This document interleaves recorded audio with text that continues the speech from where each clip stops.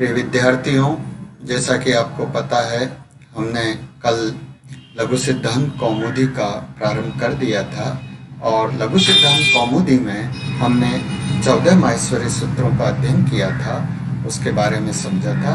14 माहेश्वरी सूत्र कौन से हैं, ये मैं एक बार पुनः आपको बताना चाहूँगा। अ इ उ न री री क ए ओंग ऐ अवच है वरट ल न ङ म ङ न न म झ भय घड़ दश जब गड़ दश ख फ छ ठ थ च ट त व क प य स श र ह ल। ये 14 माहेश्वरी सूत्र होते हैं और व्याकरण की दृष्टि से ये इस लघु सिद्धांत कौमुदी का आधार है।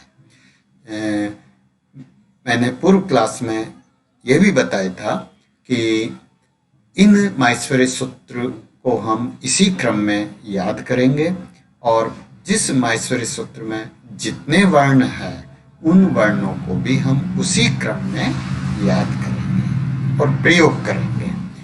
अब मैं बताना चाहूँगा कि इन सभी माहेश्वरी सूत्रों में जो अंतिम वर्ण है न क ङ च, ये सभी जो वर्ण है ये इत संज्ञक होते हैं। इसके अलावा ह से लेके ल तक, हकार से लेके लकार तक के जो हल वर्ण है, हल प्रत्याहार के जो वर्ण है, इनमें जो अकार समाविष्ट है, इस अकार का प्रयोग केवल उच्चारण की दृष्टि से किया गया है। जब हम इन हल वर्णों को, इन व्यंजनों को काम में लेंगे, उस समय ये अकार का प्रयोग जो है नहीं होगा। ये आपको ध्यान रखना है। अब इसके बाद सूत्र आता है हलन्त्यम। हलन्त्यम के बारे में भी हमने पढ़ा था कि उपदेशे अंतम हलित स्यात्, कि उपदेश अवस्था में जो अंतिम हल होता है उस अंतिम हल की इत संज्ञा होती है। अब उपदेश क्या है, एक प्रश्न दिमाग में आना स्वाभाविक है कि उपदेश किसे कहेंगे। तो आचार्यों ने इसकी विस्तार से अलग अलग तरीके से चर्चा की है कि आद्योच्चारणम उपदेश है, कि आद्योच्चारण, प्रथम उच्चारण को उपदेश कहते हैं। और सूत्रेषु अदृष्टम पदम सूत्रांतरात् अनुवर्तनीयम सर्वत्र है, कि सूत्रों में जो पद अदृष्ट होता है, जो दिखाई नहीं देता, वो पद हमें दूसरे सूत्र से जो है ग्रहण कर सकते हैं, हमें ग्रहण करना चाहिए। क्योंकि सूत्र जो शैली होती है ये संक्षिप्त शैली होती है और सूत्र में बहुत कम वर्णों का प्रयोग होता है। इसलिए जहाँ उस सूत्र को समझने की दृष्टि से हमें अन्य पदों की आवश्यकता होगी, वो पद हम उसके पूर्ववर्ती सूत्रों से भी ग्रहण करेंगे। अब बात ये चल रही थी कि उपदेश क्या है। उपदेश की जो व्याख्या है वो विद्वानों ने अलग अलग तरीके से की है। व्याकरण शास्त्र में त्रिमुनि का नाम प्रसिद्ध है और 3 मुनि जो वैयाकरण है, जिन्होंने इस संस्कृत व्याकरण की आधारशिला रखी है, वो है पाणिनि, कात्यायनी और पतंजलि।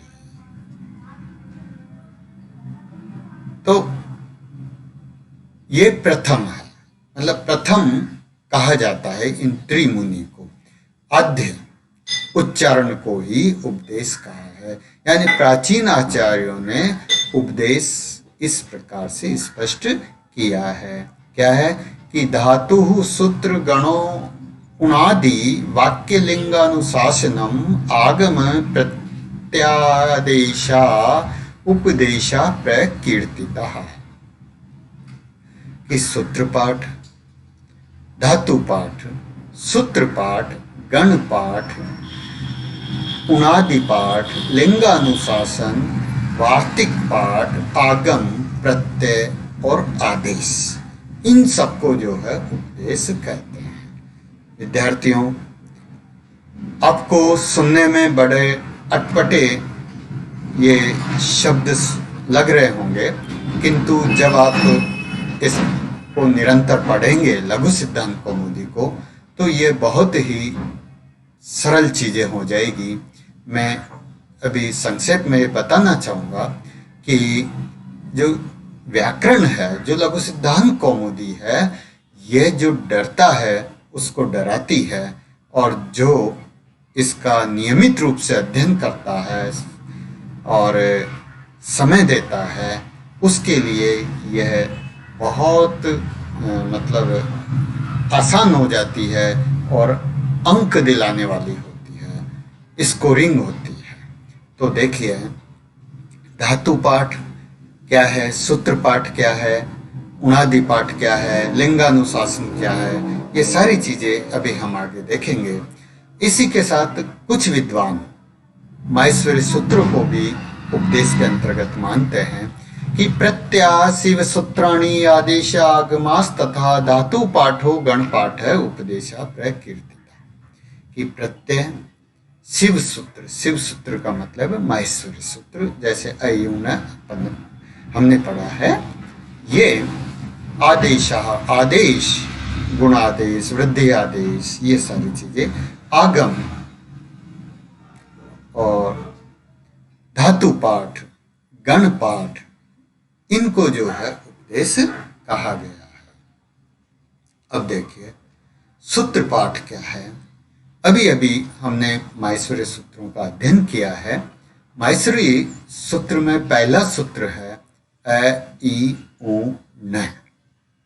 ये जो माहेश्वरी सूत्र है, ये माहेश्वरी सूत्र आद्य उच्चारण कहलाएगा, और आद्य उच्चारण यानी उपदेश।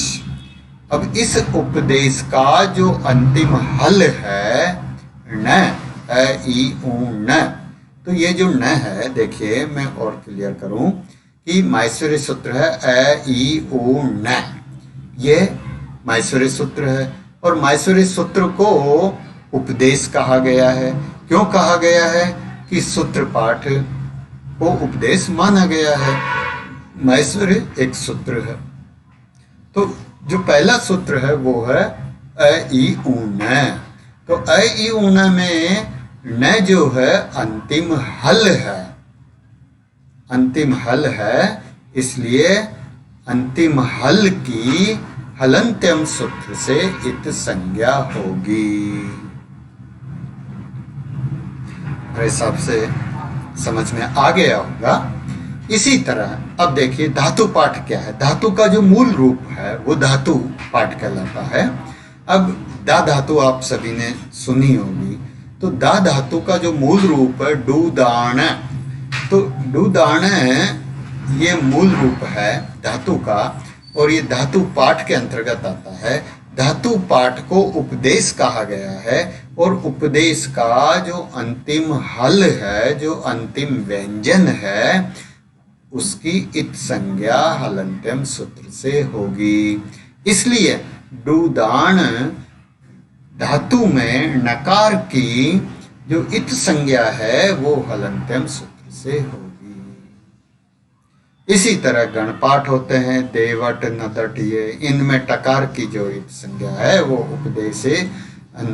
उपदेशे अंतम हलित स्यात्, ये जो हलंत्यम सूत्र है, इस सूत्र से इनके टकार की इत संज्ञा होगी। आदेश, आगम, ये सारी चीजें ऐसी है जो हम धीरे धीरे आगे पढ़ेंगे। इसमें घबराने की बिल्कुल आवश्यकता नहीं है। धीरे धीरे एक एक चीज को थोड़ा थोड़ा अगर हम समझते चलेंगे तो आगे ये सब स्पष्ट होती जाएगी। इसी तरह जो प्रत्यय है, प्रत्यय आपने सुना होगा कि यत प्रत्यय, अचो यत, यत प्रत्यय है। इसी तरह नौल त्रिचौ, तो नौल प्रत्यय है, त्रिच प्रत्यय है, कत्वा प्रत्यय होता है, ल्य प्रत्यय होता है। इन सब में, इन सब जितने भी प्रत्यय हैं, इन सब प्रत्ययों को उपदेश कहा गया है। और उपदेश का जो यानी इन प्रत्ययों का जो अंतिम हल होता है, अंतिम जो व्यंजन होता है, उसकी इत संज्ञा हलंत्यम सूत्र से की जाती है। यत में तकार की हलंत्यम सूत्र से इत संज्ञा होकर तस्य लोप से उसका लोप हो जाता है, यह बचता है। नउल प्रत्यय में नकार और लकार, लकार की हलंत्यम सूत्र से और नकार की एक अलग सूत्र से संज्ञा होगी, वो हम आगे देखेंगे। और वो शेष त्रिच प्रत्यय में चकार के हलंत्यम सूत्र से होगी। कहने का मतलब यह है कि जो भी प्रत्यय होगा, प्रत्यय को हम उपदेश मानेंगे और उपदेश होने के कारण अंतिम हल वर्ण की इत संज्ञा हलंत्यम सूत्र से करेंगे।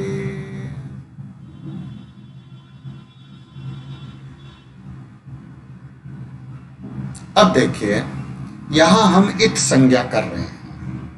इत संज्ञा क्यों करते हैं? किसी भी वर्ण का लोप करने से पहले उसकी इत संज्ञा की आवश्यकता होती है। इत संज्ञा करने के लघु सिद्धांत कौमुदी में 6 सूत्र हमें देखने को मिलेंगे, जिसका हम अध्ययन करेंगे। ये 6 सूत्र कौन से हैं? उपदेशे अज अनुनासिक इत हलंत्यम आदिर्णि टुडवः श प्रत्ययस्य चूटू और लशक्व तद्धिते। अब आपके दिमाग में आ रहा होगा कि इन सूत्रों का क्या प्रयोग होता है, कैसे प्रयोग होता है, कहाँ होता है, किन वर्णों का इन सूत्रों से इत संज्ञा की जाती है। तो ये सारी चीजें एक साथ अभी समझने की आवश्यकता नहीं है। ये सारे सूत्र हमारे पाठ्यक्रम में हैं और जैसे जैसे ये आगे आएंगे हम इनका अध्ययन करते रहेंगे, समझते रहेंगे। कुल मिला के हम ये कह सकते हैं कि इत संज्ञा करने के लिए हमारे पास 6 हथियार है, 6 सूत्र है और 6 सूत्रों का अपना अलग अलग कार्य क्षेत्र है जहां हम इनका प्रयोग करेंगे। ओके, धन्यवाद। आज के लिए इतना ही पर्याप्त है। मुझे उम्मीद है कि आपको ये सूत्र समझ में आया होगा।